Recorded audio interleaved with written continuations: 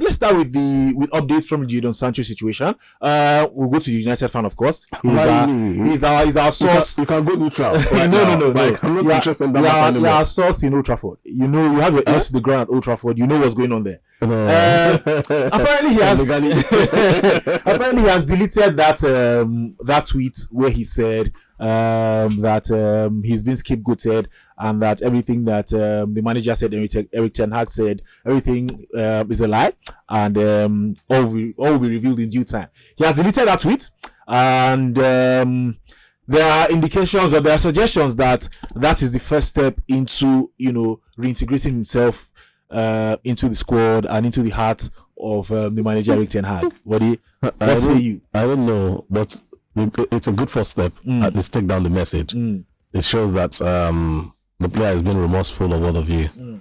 But will he be integrated into the team?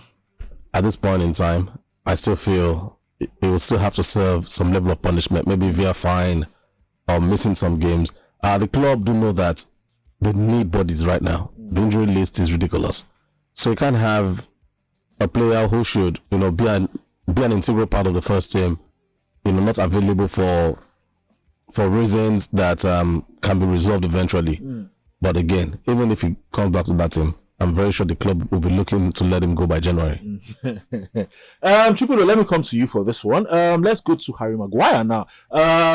Gareth Southgate made a whole speech about Harry Maguire after that game yesterday. By the way, they beat Scotland by 3-1. Jude Bellingham was on target, of course. Harry Kane was on target as well in that one. The manager, Gareth Southgate, he came out to say Harry Maguire is being unfairly treated. He's being harshly criticized. Every step he makes, everything he does gets picked out more than any other player currently playing in England or currently playing for the Three Lions. And as much as, yes, we use it for banter and everything, but he does have a point, actually. And should we be more concerned with the mental health of Harry Maguire?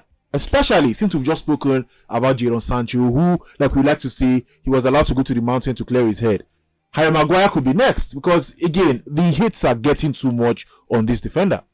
Well, if you look at Harry Maguire, he's a man that has always been dragged since he joined Manchester United. And this is a man that has had to go through a lot. He's had to go through a lot because at some point, he had bomb threats in his home. Yep. Not just once, but twice as a Manchester United player. They had to come and sweep his house, check everywhere, check everything. This is a man that no longer feels, or that at some point didn't feel safe in his own house, beyond the pitch of play, beyond the field. Yesterday, in that game against Scotland, the moment they were preparing him to come on board, the Scottish fans were ready, making some kind of comment about Harry Maguire and all of that. And maybe that pressure got to him. Then he was wrong-footed. He stretched his feet a bit forward to that square plate, which eventually ended in the back of the net, unfortunately for Harry Maguire. Look at everything Maguire has done at Manchester United. He has actually netted just one own goal as a Manchester United player. True. That's true. Just one own goal. Players have scored more own goals. Ferdinand said do own goal for Man United, not just once, more than once.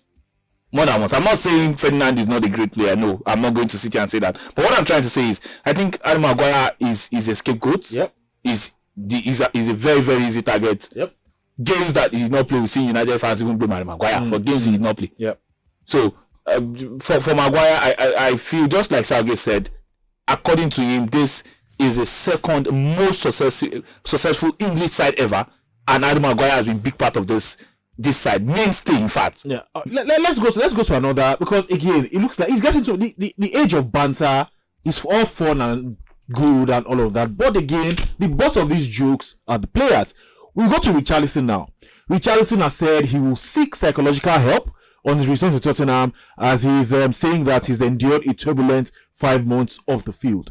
We have him. I mean, to be fair, I'm guilty of, particularly Richarlison. I've made my own share of jokes on Richarlison because, I'm not a fan of Richarlison. So, but, should we be coming down with the way we banter these players and maybe hurl abuse at them? They are human beings at the end of the day. Yes, they earn big money. Yes, they're in the limelight. But again, they are humans, and their psyche and their psychology can get affected by all of this. At the end of the day, the advent of social media has gotten things real ridiculous. People have lost that sense of humanity, because I'll put it that way.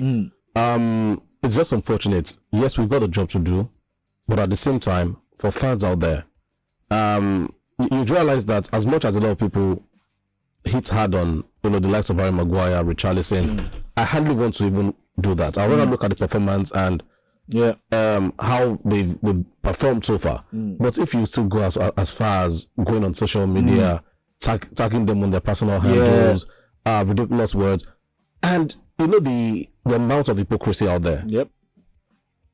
If most of these guys do not have the mental strength, in an age where the whole mental talk is being discussed over and over again, thank God we don't have players committing suicide.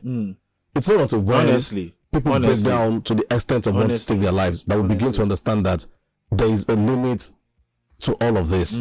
It's just unfair, but that is the age we found ourselves, and maybe these players themselves don't need to do more in terms of protecting their own mental health and ensuring that they just face the job squaddy.